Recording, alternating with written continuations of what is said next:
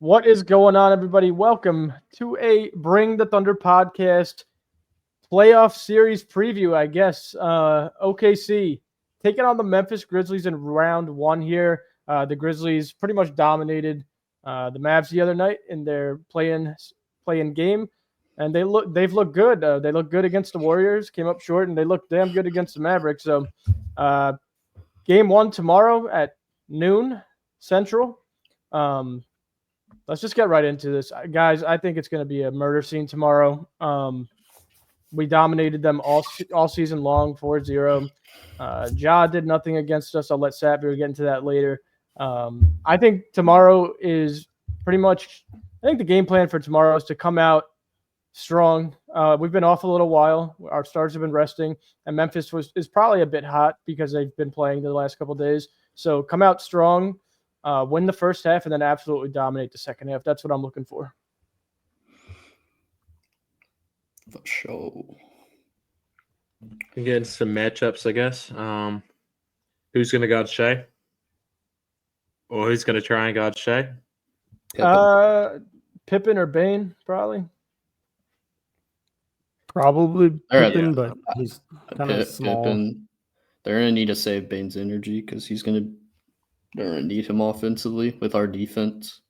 Yeah, that's fair. I'll probably be predicting that Bane's going to be their most consistent offensive, productive starter. Absolutely. And he's kind of looked like that in the past 2 games and just in the past probably like 10 games for them in general. Like Ja hasn't been stepping up to his regular self, and it's been mainly Bane that's kind of – there's like a joke going around where people are saying Bane's the best player on the team and Ja's second best. So I'm kind of excited to see how that works out for this series. Like if we actually see Ja show up or if that trend kind of continues.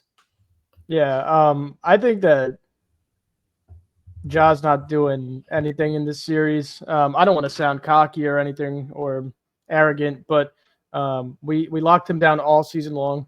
I think he was averaging like close to like 13.8 or something. I could be mistaken. He has only played 2. He has only played 2 games against us this season, so that's okay. I mean, his field goal percentage has been dog shit against us all season long. He's shooting 34% from the field, 30% from 3, only getting like 20 points a game, and then like 6.5 assists is solid, but those are not normal superstar numbers right there. No, and then also on our side, I said this a while ago when it was possible that we'd be seeing Memphis in the second round. I think J-Dub's going to have an amazing series against Memphis. He always looks to be aggressive against Memphis, always been excellent against Memphis, especially this season. Shout out Bradley. Nice comment there. But it's going to be really good for him to get confident, play super well in this first round series going into that second round, and just get his confidence up that he can perform in the playoffs. Yeah. The rest of the guys I'm confident in already. Yeah, J-Dub averaging 20 points against the Grizzlies this season. Game 1, 14 points. Game 2, 25 points. Game 3, 20 points. And Game 4, also 20 points. So he'll have the opportunity to step up as that secondary scorer next to Shai in this series for sure. What do you guys got game predictions tomorrow? I don't know. Do you know what the spread is? 12.5. I'd say we cover. All right, so Landon's got easy dub. Yeah, easy dub, obviously. I mean, this is a sweep. No other way to put it. They don't have the size. I saw a comment saying something about their size will be an issue for OKC, but our size is going to be an issue for them because their size doesn't move like our size. Like you got Zach Edey who moves like it hurts, but then you got Hartenstein. Hartenstein's athletic, like Chet's athletic, but they're still 7 feet.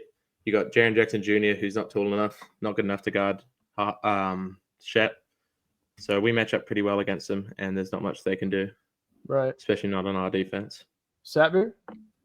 I got this series going 5-1 for my initial, or 4-1 for my initial prediction. I do think they can take at least one game at home. Eventually one of their guys has to step up, or them as a whole have to step up. If they don't, 4-0 sweep for the game though. I think it'll probably be closer to like a 10-point game than maybe 12-15, considering it's the playoffs and it's the first game. Usually first games are feel-out games. I'm kind of excited to see how Shai shows up in the first quarter. I feel like we know a lot about our Thunder team from how we play in that first quarter. If we're down early, that's probably not going to be the greatest sign for the series and just in general. Like, I don't know. I want these guys to understand the moment, take this a lot more serious. The lineups are going to be way more serious from Mark's end. So I expect these guys to just rock and roll and just kind of steamroll them. But I hope that's kind of the expectation and kind of the tone that they're trying to set, because the first game matters a lot when it comes to predicting who's going to win the series, things like that, and how soon we end this series. We're going to need a lot of rest for round 2 with how tough the Clippers and Nuggets are playing each other and how good they're playing each other and executing in the fourth quarters. Not to look ahead into that series, but just to at least, focus on this series and make sure we just stay locked in. I want these guys to not give them any opportunity that hopefully none of the youth or the inexperience seeps in terms of commentary. It hasn't all season long, but I want them to stay locked in for this one, right? For the first game. For me, tomorrow, I'm going with absolute murder scene tomorrow. I think they will cover the 12.5. I will say we might start a little slow tomorrow. I don't expect that the whole series, but just for tomorrow, game 1 of the playoffs, haven't played in a bit. Starters have been resting. It might look slow in the beginning. If it doesn't, great. But I think we win tomorrow by a lot. Mr. 405, I got Shai over 32.5 tomorrow. I think he's going to come out strong. I think he's going to dominate all series long. And I think they should get it done in 4. The only way Memphis gets 1 to me is if Desmond Bane in Memphis goes for like 35 one game, which is possible. He gets hot sometimes and he goes crazy. But that's the only guy that can honestly put any type of scare into me. I'm not scared of Ja against our defense. I'm not scared of Jaren Jackson. He's kind of more a defensive player. I know he averages a good amount of points against us, but it's so sloppy and odd looking. And I'm not worried about anyone else on that team. So I got Thunder in 4. I got Thunder killing it tomorrow, covering the 12.5. And I'll take the Shai over 32.5. Yeah, I think tomorrow they're going to come out excited because they haven't played in a while. And I think it would take the first half to settle their nerves, and then they'll get into it. Shai will have 30 before the third quarter's over and set the fourth. That's my prediction. But that's a good prediction. I do want to say Bane, the last time Bane played the Thunder, he put up an absolute stinker. He played 32 minutes and only put up 3 points, and he shot 1 for 9 from 3. Who was that? The Chamber. Bane. Oh, Bane. Yeah. Yeah. Yeah, I actually think, go ahead. He only averages 15 against us on the season, so his scoring hasn't really been a problem against us. Yeah, I actually think when we did our game recaps against Memphis along the season, I was like, I'm surprised Bane didn't do a little bit more, but that just speaks volumes. So Kaysen and Caruso and Lou and Dub. I want to see any way Memphis could take a game, to be honest. Yeah, I wanted to summarize our 4 games that we had. The first one was December 29th. We beat them 130-106. She had 35, 7, and 6 in that one. Tons of turnovers by Memphis. In game 2 on February 8th, it was 125-112 for the Thunder. She had 32. Wiggins at 26 and 11. J-Dub at 25 in that one. Tons of offensive boards, and Morant really wasn't a factor in that game. Game 3, Shai had 41 points. J-Dub had 20. We won 120-103 on March 5th, and they had 15 turnovers in that and shot only 40% from the field. And then in game 4, March 27th, which was the last matchup that we had, which we won 125-104, J-Dub had 20, returned from injury, and then Shai had 37. So, I mean, overall, the theme has been great defense, a 4-0 sweep by the Thunder. We've won on average by 17.8 points per game. Shai averaging about 36 points per game in the regular season in a 4-0 sweep. So I mean, the emphasis has been on the defense, and we have seen the defense kind of relax kind of over the second half of the season. So I'm hoping that's where the key is in stopping these guys, because we dominated kind of key points in all those games, third and fourth quarters. We locked in defensively and blew up the leads, and hopefully we can do that. And they also didn't have Morant in the first two games, so it's also hard to judge a 4-0 sweep in the regular season, whereas they have him for the full series this time around and healthy. I'll get to some of these YouTube comments here. Tyler, I like this comment here. Who needs to step up this series, guys, for OKC?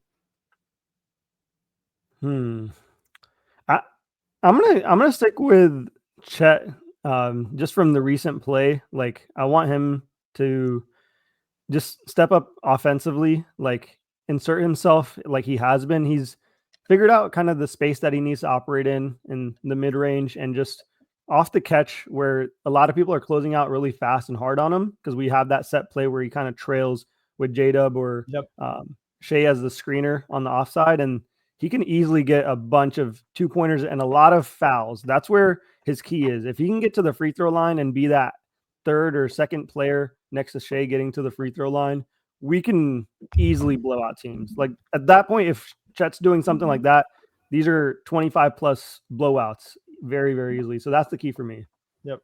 If you want my real answer, it's really the whole bench. Memphis has one of the weaker benches in the Western Conference, so just for the Thunder bench to step up and score points when some of the starters are off the floor, that would be huge and really swing this series in our favor. Jack, you made a face. What do you got to say? I wouldn't say Memphis has one of the weaker benches. I think they're probably one of the deepest teams aside from us and a couple others. But that's my personal opinion. I guess we disagree. I beg to disagree. There's no one on their bench that worries me. I'm putting a curse upon us, but Jack, who do you think needs to step up for us? I think it's got to be J-Dub. I think last year he was meant to be the 2 option, and he just wasn't that in the Mavs series. So hopefully he can come out and show that he's the real 2 option and get some buckets when Shai's not going to ball. Jack, against the Mavericks, there are only 2 bench players with double-digit minutes, Santi Aldama and John Concar. Like, am I really supposed to be worried about they also had their rookie go down, Wells. Who's a solid player? Jalen Wells. Gigi Jackson's also out. Yeah. Wells missing is pretty huge for them from like a bench unit perspective. He's solid on defense. Like, he's not someone that you can just ignore. He would have been and very he can score a lot for them stopping Shai. That's a big hit for their defense. Brandon Clark's also out. So Clark, Gigi Jackson, and Jalen Wells. Fully. I wasn't talking fully healthy. Their bench is not bad at all, but with right now, no, definitely. Definitely for me, I already mentioned the guy's name. I think J-Dub has to step up. One, because I don't want to lose more than one game this series, which if he does step up and plays like J-Dub, we probably won't win. We probably won't lose any, if one. And then another player I'd like to step up, because I know J-Dub's kind of like an easy answer there, is I want Aaron Wiggins to look good. I want Aaron Wiggins to look solid this whole series, so he earns second-round minutes. And I want him to be one of our better scorers like he's been all season long. Another question from Tyler here. This is a really good question as well. I want to start this one off here just because, Tyler, I'm going to tell you who's going to disappear, and it's a funny answer because, funny enough, it's going to be Ja Morant. It's going to be nobody from OKC. Ja Morant's going to be very quiet this series like he was in the regular season against us. The only way he's going to make noise is if he gets ejected because he's frustrated because he's shooting 2 for 13. It's going to be rough for him. If he does have one game, good for him, but he will be very quiet. I'll give you an honest Thunder fan answer. It's just one thing about his game. Dort's obviously going to bring the defensive intensity, but his 3-point shooting has proven to be streaky at times this season. So, no, man, I'm sorry, you cannot.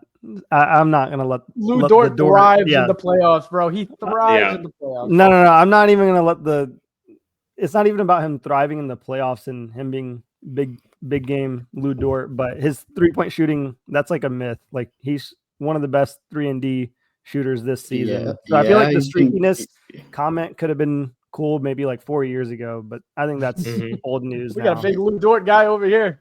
He's been great from 3 this season, but it is still Yeah. streaky at times. He'll miss a few and then he'll make a few, but that's fine. I mean, as long as he shoots well in this series, it's not going to be a problem.